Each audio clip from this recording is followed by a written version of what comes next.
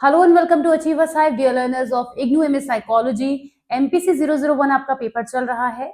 आप पूरी सीरीज को आप देख रहे होंगे और आज जिस टॉपिक के बारे में हम बात करेंगे, स्क्रीन पर आपको नजर तो आ रहा है, लेकिन इसके अलावा भी हम कुछ और बात करेंगे।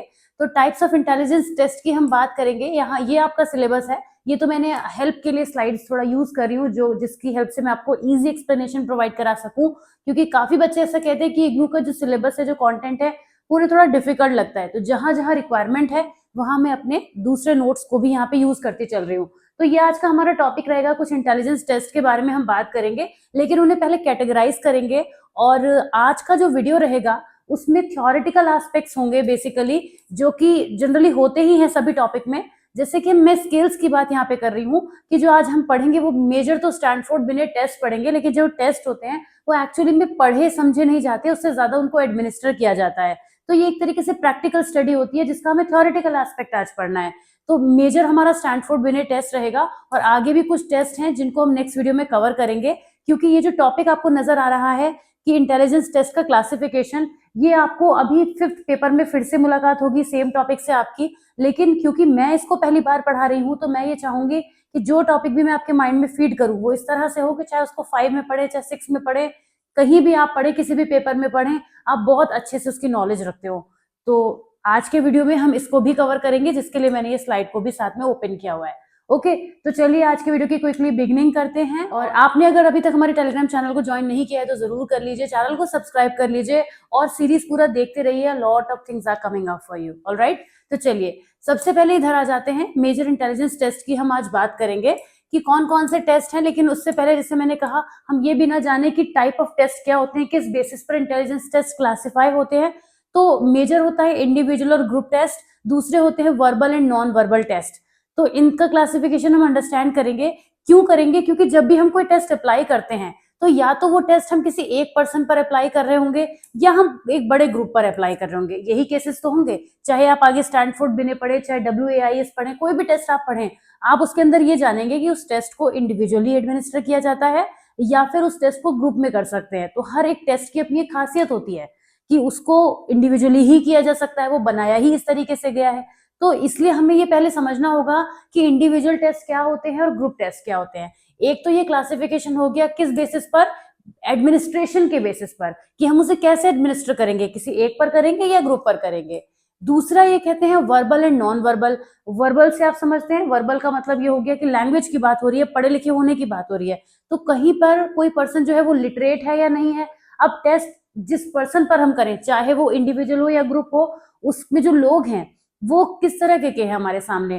कोई ऐसा पर्सन हो सकता है जो बिल्कुल इलिटरेट हो। अब बिल्कुल इलिटरेट कैसे, कौन हो सकता है? कोई छोटा बच्चा भी तो हो सकता है। ऐसा भी तो हो सकता है कि कोई टेस्ट ऐसा बनाया गया हो जो छोटे बच्चों के ऊपर बनाया गया हो। तो छोटे बच्चे हमारे लिए तो इलिटरेट ही हो गए ना, जब हम उनके ऊपर टेस्ट एडमिनिस्टर कर रहे हैं। तो क्या वो बड़ी बड़ी बातें, बड़े बड़े कॉन्सेप्ट या लैंग्वेज समझेंगे?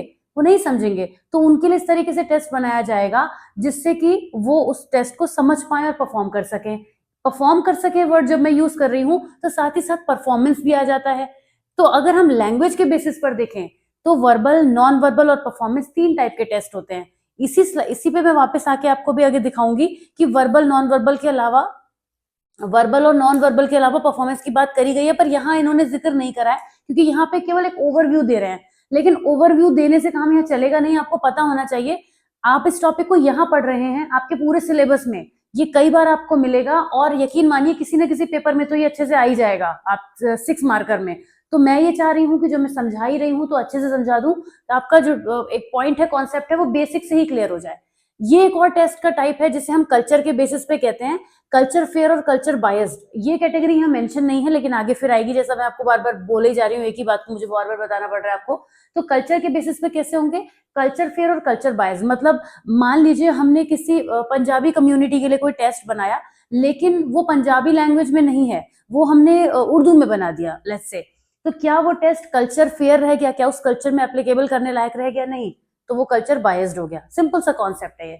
ओके, तो यहाँ पे इस तरीके की हमें 2 टेस्ट की जरूरत रहती है जो इंडिविजुअल या ग्रुप होते हैं, जो कि एडमिनिस्टर करे जाते हैं। अब इनको एक एक करके इसके अंदर पैराग्राफ में दिया हुआ है। मेरे पास उससे ज्यादा अच्छा आपके पास समझाने के लिए है, तो मैं चाहूंगी कि मैं यहाँ से यूज करूं इंडिविजुअल ग्रुप टेस्ट। अगर एग्जामिनेशन में 3 मार्कर में आ गया, देखिए ये 3 मार्कर में इंडिविजुअल ग्रुप का डिफरेंस पूछ लेते हैं और इसके अलावा इनका डिफरेंस भी पूछ लेते हैं। बहुत सिंपल वर्ड्स हैं, बहुत जल्दी समझ में आएगा, ज्यादा टाइम हम यहाँ नहीं लगाएंगे। इंडिविजुअल टेस्ट है तो जाहिर सी बात है किसी एक पर्सन पर एक बार में एडमिनिस्टर किया जा सकता होगा। ग्रुप टेस्ट है तो कई लोगों पर एक साथ एडमिनिस्टर किया जा सकता होगा। इंडिविजुअल टेस्ट में हम क्या करेंगे, किसी पर्सन के साथ उसकी फीलिंग, मूड, एक्सप्रेशन उससे बातचीत कर सकते हैं, एक रेपो बिल्ड करने का हमें टाइम मिलेगा। लेकिन एक बड़ा क्राउड है, हमें टेस्ट एडमिनिस्टर करना है तो ये तो पॉसिबल ही नहीं है, तो यहाँ पर कोई ऐसी अपॉर्चुनिटी हमें नहीं मिलती है। इंडिविजुअल टेस्ट में सब्जेक्ट को क्या करना होता है, या तो आंसर ओरली लिखना होता है, रिटन फॉर्म में होता है, या मैनिपुलेट भी कर सकते हैं। मैनिपुलेशन मतलब परफॉर्म कर सकते हैं। लेकिन इस ग्रुप टेस्ट में हमेशा आंसर रिटन में ही होते हैं। मतलब एक पर्सन है, आपने उसको कोई पजल दे दी सॉल्व करने के लिए, तो आप वो पर्सन उस पजल को आपको सॉल्व करके दे देगा, एक परफॉर्मेंस टेस्ट ही हो गया। लेकिन जब हम ग्रुप में कर रहे हैं, बड़े ग्रुप में कर रहे हैं, खास तौर से ग्रुप का मतलब ही बड़ा हो जाता है, तो वहां पर हम generally multiple choice question, MCQ type का टेस्ट देते हैं, जिससे कि हमें उसको बाद में इवैल्यूएशन में भी इजी हो, वरना वो बहुत टाइम कंज्यूमिंग हो जाएगा। तो इंडिविजुअल टेस्ट जब स्कोरिंग की चीज आती है तो ये लेस टाइम लेते हैं इसके स्कोरिंग में, इंटरप्रिटेशन में। लेकिन जब ग्रुप टेस्ट करते हैं तो वहां पे स्कोरिंग भी का पार्ट भी डिफिकल्ट हो जाता है थोड़ा सा। ठीक है, तो ये दोनों सिंपल डिफरेंसेस है, कोई इतनी बड़ी बात नहीं है। आप खुद ही सोचिए, आप किसी टेस्ट को किसी एक पर अप्लाई करें और पूरे ज्यादा से लोगों पे करें तो क्या होगा, वही सब आपको लिख देना है। लैंग्वेज के बेसिस पे बात करें तो ये काफी इंपॉर्टेंट चीज है, इसको ध्यान से समझिएगा और एक ही बारी में समझ लीजिएगा। मैं चाहूंगी कि अगली बार जब मैं आपको पढ़ाऊं तो मैं आपको ये वीडियो दिखाऊंगी और मैं आपको ऐसे ही बिल्कुल याद दिलाऊंगी कि देखिए मैंने यहाँ पे आपको ये बात बोली थी। तो मुझे मजा आएगा जब मैं ऐसा करूंगी। लेकिन फिलहाल तो मैं ये करने वाली हूँ कि मैं verbal test, non verbal test और परफॉर्मेंस टेस्ट को डिफ्रेंशिएट करके आपको बता देती हूँ कि क्या होते हैं। वर्बल टेस्ट जो होते हैं इसमें वर्बल रिस्पॉन्सेज देना बहुत जरूरी होता है। मतलब वर्बल आंसर्स ही चाहिए, चाहे वो ओरल फॉर्म में हो चाहे वो रिटन फॉर्म में हो, लेकिन होने वर्बली चाहिए। नॉन वर्बल में सब्जेक्ट को क्या करना होता है, कोई इनकम्प्लीट पैटर्न को कंप्लीट करना होता है, जब नॉन वर्बल टेस्ट की हम बात करते हैं। परफॉर्मेंस टेस्ट में परफॉर्मेंस का मतलब ये हो गया कि यहाँ पे किसी भी चीज को, ऑब्जेक्ट को मैनिपुलेट करना है। जैसे हमने एक इनकम्प्लीट सीनरी दे दी और उसके पार्ट्स को दे दिया अलग अलग करके, अब वो उसको जोड़ के कर रहा है। तो यहाँ पे लैंग्वेज की तो कोई, रिटन लैंग्वेज की तो कोई जरूरत ही नहीं है, आप खुद ही समझ रहे परफॉर्मेंस टेस्ट में। परफॉर्म मतलब कुछ परफॉर्म करके दिखाना। परफॉर्म में क्या होगा, ऑब्जेक्ट तो उधर से मैनिपुलेट होंगे ना, इधर से उधर। नॉन वर्बल में पर्सन को कोई पैटर्न कंप्लीट करना होता है, लेकिन ये होता पेपर पेंसिल टेस्ट ही है। वर्बल टेस्ट भी पेपर पेंसिल टेस्ट होता है, क्योंकि पेपर पेंसिल का मतलब ये नहीं हमेशा आंसर से ही करेंगे, ये थोड़ा सा सिली हो जाएगा बोलना। आप समझ सकते हैं कि जहां पर हमें रिटन फॉर्म में आंसर देने होंगे, लेकिन यहाँ ओरली भी दे सकते हैं। यहाँ पर नॉन वर्बल टेस्ट में हमें इसको पेपर पेंसिल की हेल्प से जरूर करना होता है, क्योंकि यहाँ पे कुछ भी इनकम्प्लीट पैटर्न करना होता है। मैं इसका एग्जाम्पल आपको भी देती हूँ, यहाँ पे मैं आपको एग्जाम्पल देती हूँ, थोड़ा सा स्पेस मुझे मिल जाए अपनी बात कहने के लिए कहीं पर। हाँ, ये स्पेस बेटर रहेगा। तो देखिए, जैसे हमने नॉन वर्बल की बात की, तो कोई भी क्वेश्चन पेपर एक वर्बल टेस्ट है। कोई भी कुछ भी हो उसमें, चाहे वो आपसे उसके आंसर आपको ओरली देने हो चाहे रिटन देने हो, वो एक वर्बल टेस्ट है। ठीक है, कोई भी क्वेश्चन पेपर। अब जब हम नॉन वर्बल कहते हैं तो नॉन वर्बल का एग्जाम्पल कैसे हो जाएगा कि मैंने आपसे ये कहा कि let's say triangle, circle, square, triangle, circle, square, triangle, circle. अब क्या आएगा, तो आप बहुत आसानी से बता देंगे, इस पैटर्न को फॉलो कर रहे हैं। क्या यहाँ पे आपका पढ़ा लिखा होना जरूरी है? एक कॉमन सेंस तो चाहिए ऑफ कोर्स, लेकिन पढ़ा लिखा नॉलेज होना ऐसा कुछ जरूरी नहीं है। और ये भी कोई जरूरी नहीं है कि आपको ये भी पता हो कि ये ट्राइंगल है, ये सर्किल है, ये स्क्वायर है। तो यहाँ पे आप क्या करेंगे, स्क्वायर को फिल कर देंगे। ये हो गया नॉन वर्बल टेस्ट का एग्जाम्पल। अब हमारे पास आता है परफॉर्मेंस टेस्ट। अब मैंने क्या करा, परफॉर्मेंस टेस्ट को मैं इसी से समझाऊंगी आपको कि क्यों परफॉर्मेंस का यहाँ पे जिक्र नहीं है।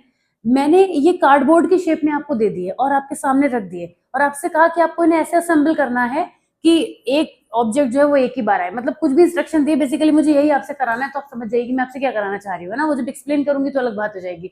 तो परफॉर्मेंस टेस्ट में आप क्या करेंगे, मैंने आपसे कहा कि आपको एक सीक्वेंस में रखना है और एक दूसरे के बाद आने चाहिए। तो आपने यही कार्डबोर्ड के पीसेस को उठाए, ऑब्जेक्ट का मैनिपुलेशन हो गया, चीज अपनी जगह से उठ कर गई। यहाँ पे क्या था, वही काम पेपर और पेंसिल में हो रहा था और वही काम यहाँ पे ऑब्जेक्ट्स के फॉर्म में होने लगा। तो इसको आपने जब अरेंज कर दिया तो ये परफॉर्मेंस टेस्ट बन गया। क्लियर? ये बहुत सिंपल सा था। अब ये लिटरेट्स पर ही अप्लाई किए जा सकते हैं। ये जो है वो these can be administered to literate, illiterate people. Non verbal illiterate पे भी किए जा सकते हैं। जैसे अगर हम एक छोटा बच्चा उसको कुछ और सिंपल सा कॉन्सेप्ट दे दे तो वो ये काम कर लेगा, इसमें इतनी बड़ी बात नहीं है, राइट? तो यहाँ पे इलिटरेट पे भी किए जा सकते हैं।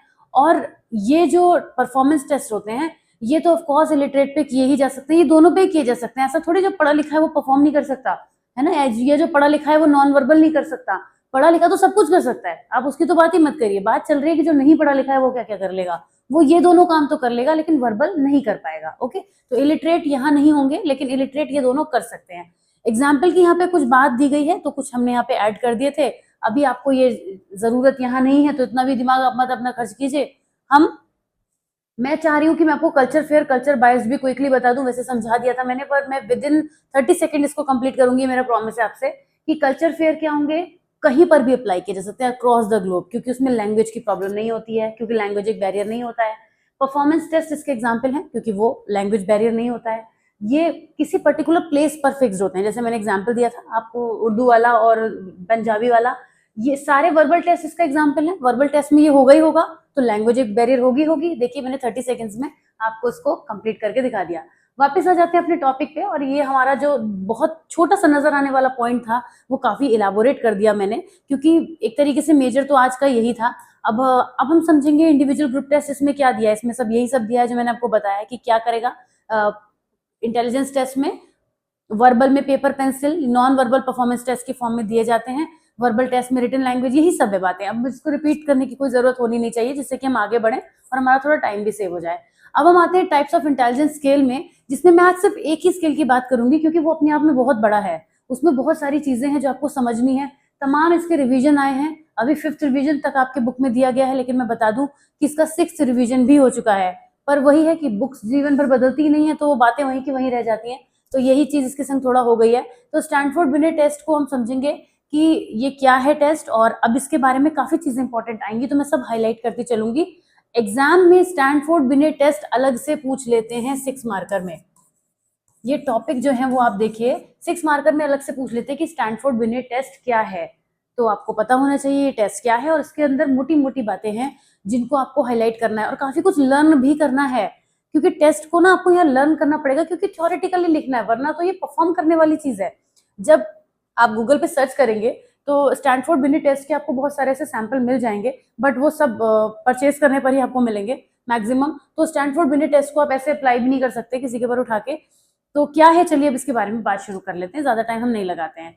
Terman had revised the Stanford Binet with the help of Maud Merrill in 1937 as the revised Stanford Binet intelligence scale। सबसे पहले आपको याद होगा, हम अभी बात कर रहे थे, पिछले वीडियो में भी हमने बात की थी कि स्टैनफोर्ड बिनेट इंटेलिजेंस स्केल जब आया था तो उसके बाद ये टेस्ट में कन्वर्ट हुआ जब इसका रिवीजन हुआ। इसका रिवीजन में क्या चीजें आई, 2 चीजें जोड़ी गई, एक तो एल फॉर्म और एक एम फॉर्म जोड़ी गई। बेसिकली ये इसको चेंज करने के बाद इसके नाम दिए गए थे, जिसमें दोनों में ही 129 आइटम्स थे। 129 आइटम्स का मतलब हो गया इसके अंदर यूज किए जाने वाले क्वेश्चन आए, राइट, वो क्वेश्चन पेपर्स या क्वेश्चंस, उनको हम कहेंगे आइटम, और कुछ आइटम नहीं है यहाँ पे। तो the third revision of the Stanford Binet came after Terman's death in 1960 and was constructed primarily by Merrill. फिर तीसरा आया, इसका चेंज हुआ। The Stanford Binet Intelligence Scale from LM was different from its procedure in that it includes a deviation intelligence question with a normative mean of 100 and a standard deviation of 16। अब यहाँ पे कुछ चीजें आपको ऐसी दिख रही हैं जिनकी मुलाकात आपसे 6th पेपर में होगी कि स्टैंडर्ड डेविएशन क्या होता है, मीन क्या होता है, थोड़ा बहुत तो सुना भी होगा आपने, ऐसा नहीं मैं मान सकती कि आपने कुछ सुना ना हो।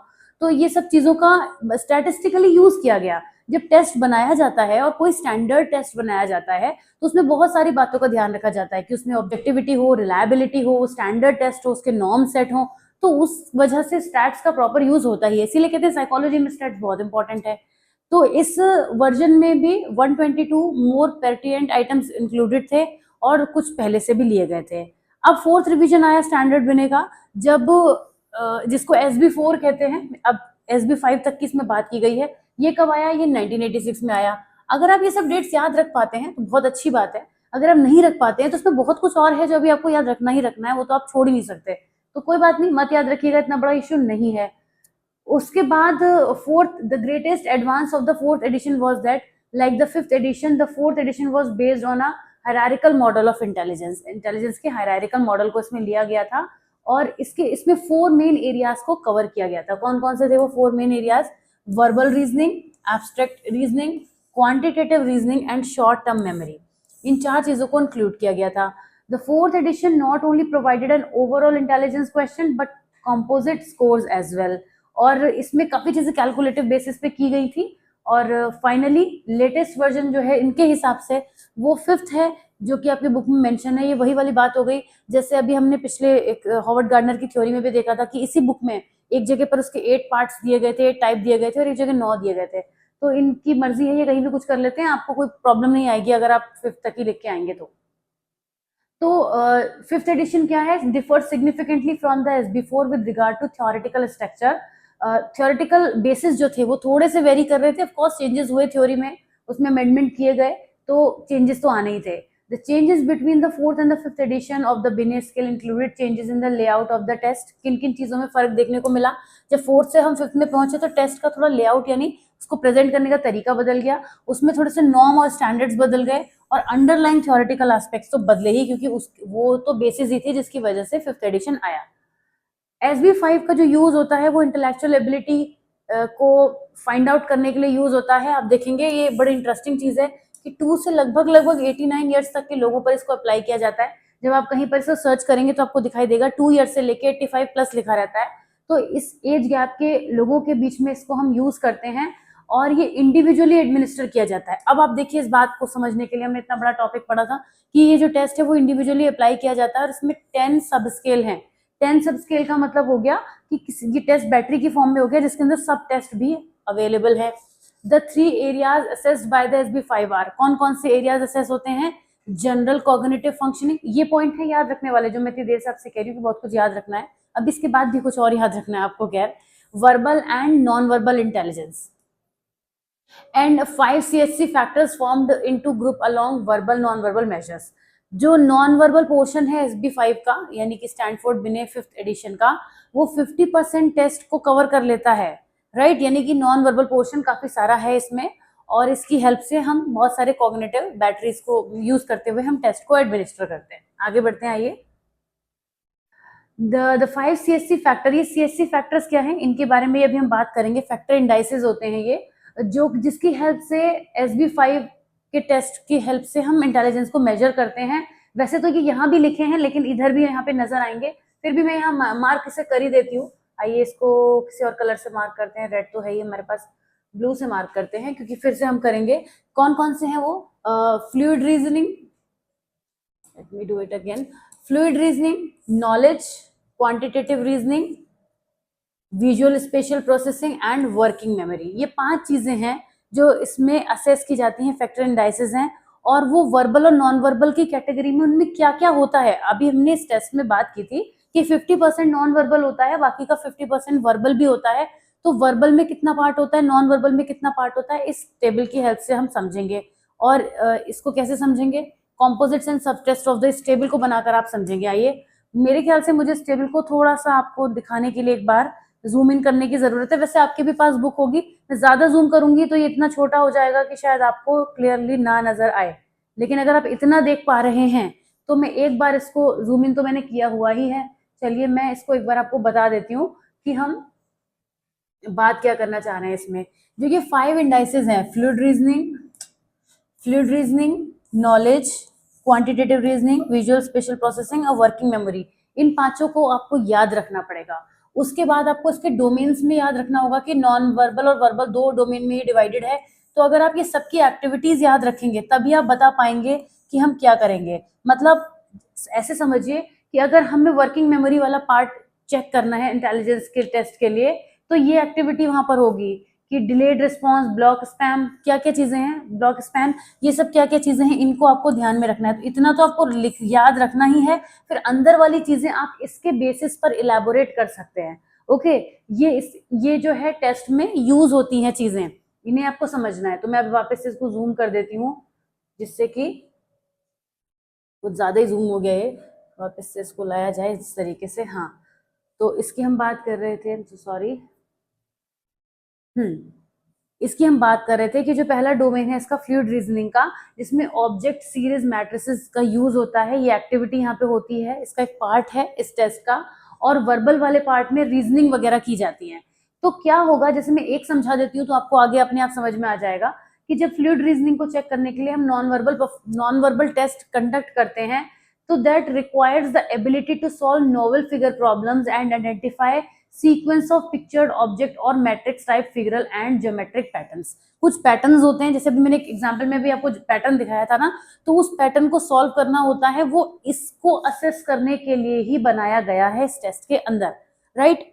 और वर्बल की जब हम बात करते हैं तो डिडक्टिव इंडक्टिव रीजनिंग का यूज करते हुए, problem involving cause effect connection का यूज करते हुए, किस तरीके से उनके बीच में इंटर रिलेशनशिप है उसको डिफाइन करना, डिस्क्राइब करना। अब ये वही चीज आ गई ना जो हमने वर्बल में बात की थी कि ओरल और रिटन फॉर्म में हम दे सकते हैं। तो इस तरीके से इसके डोमेन्स में हम ये और ये काम करते हैं to assess the same thing. Fluid reasoning यहाँ भी असेस हो रही है, फ्लूइड रीजनिंग यहाँ भी असेस हो रही है, लेकिन तरीकों में फर्क है, इसीलिए हमने वर्बल नॉन वर्बल पहले समझा।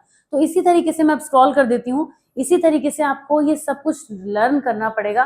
थोड़ी सी मेरी मजबूरी आपको यहाँ पे फोकस करके कहना पड़ रहा है कि लर्न करिए। लर्न का मतलब ये है कि आप इसको बार बार जब पढ़ेंगे ना, वीडियो ही देखेंगे कई बार या बुक से भी बार बार हाईलाइट करेंगे, तो आप समझ जाएंगे। और मेरे ख्याल से ये इतना लिखना आपके लिए बड़ी बात नहीं है, अपने वर्ड्स में लिखिए, जरूरी थोड़ी कि रट्टा बिल्कुल हम वैसा का वैसे ही कॉपी पेस्ट करके आएंगे।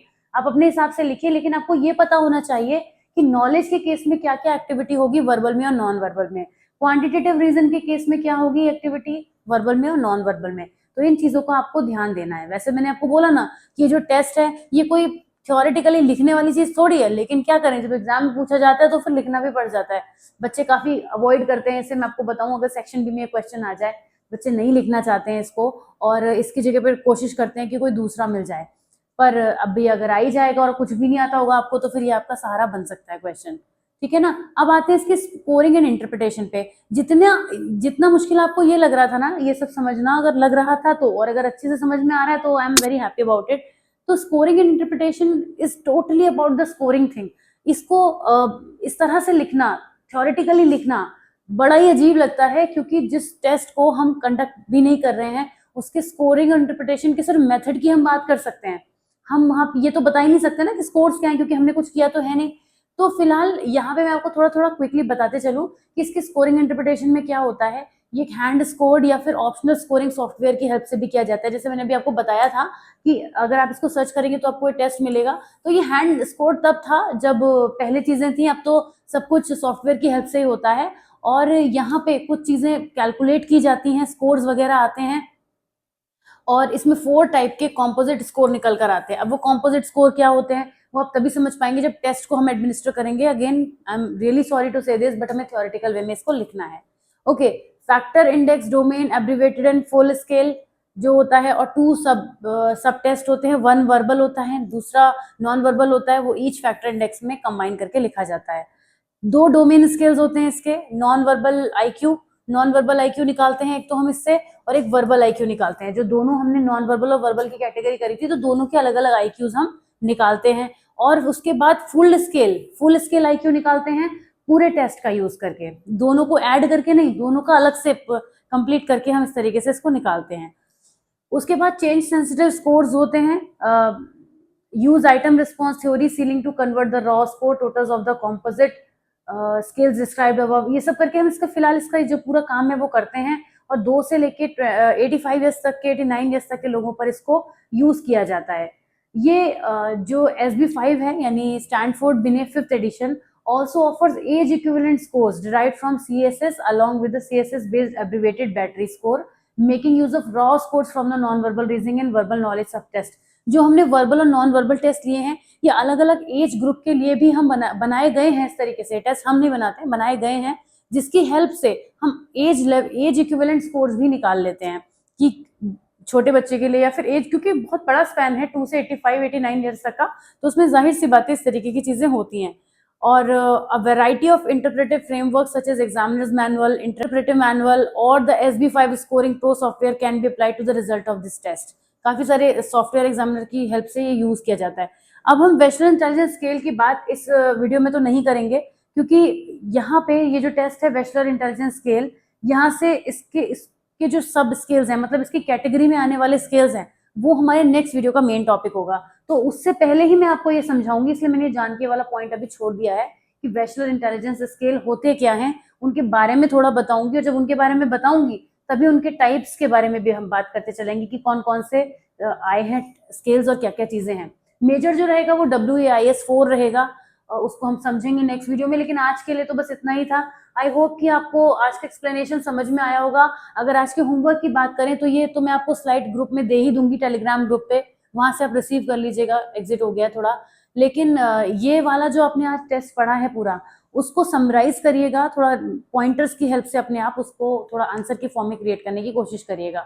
तो ये था आज का वीडियो। आई होप कि एक्सप्लेनेशन आपको समझ में आया होगा। मैंने आपको प्रैक्टिकल को थ्योरी में समझाया है, कोशिश तो की है अपने एंड से, लेकिन फिर भी काफी चीजें रटने वाली हैं तो आपको थोड़ा करना पड़ेगा। लेकिन मैं मिलूंगी आपसे नेक्स्ट वीडियो में। अगेन थोड़ी चीजें फिर ऐसी चलेंगी नेक्स्ट वीडियो में भी, लेकिन आपको होपलेस नहीं करना चाहती हूँ, क्योंकि मैं चाहती हूँ आप उसको समझें। बहुत कुछ समझने के लिए भी होगा, जैसे आज के वीडियो में था। तो चलिए मिलूंगी आपसे नेक्स्ट वीडियो में। Till then take very good care of yourself. Bye bye.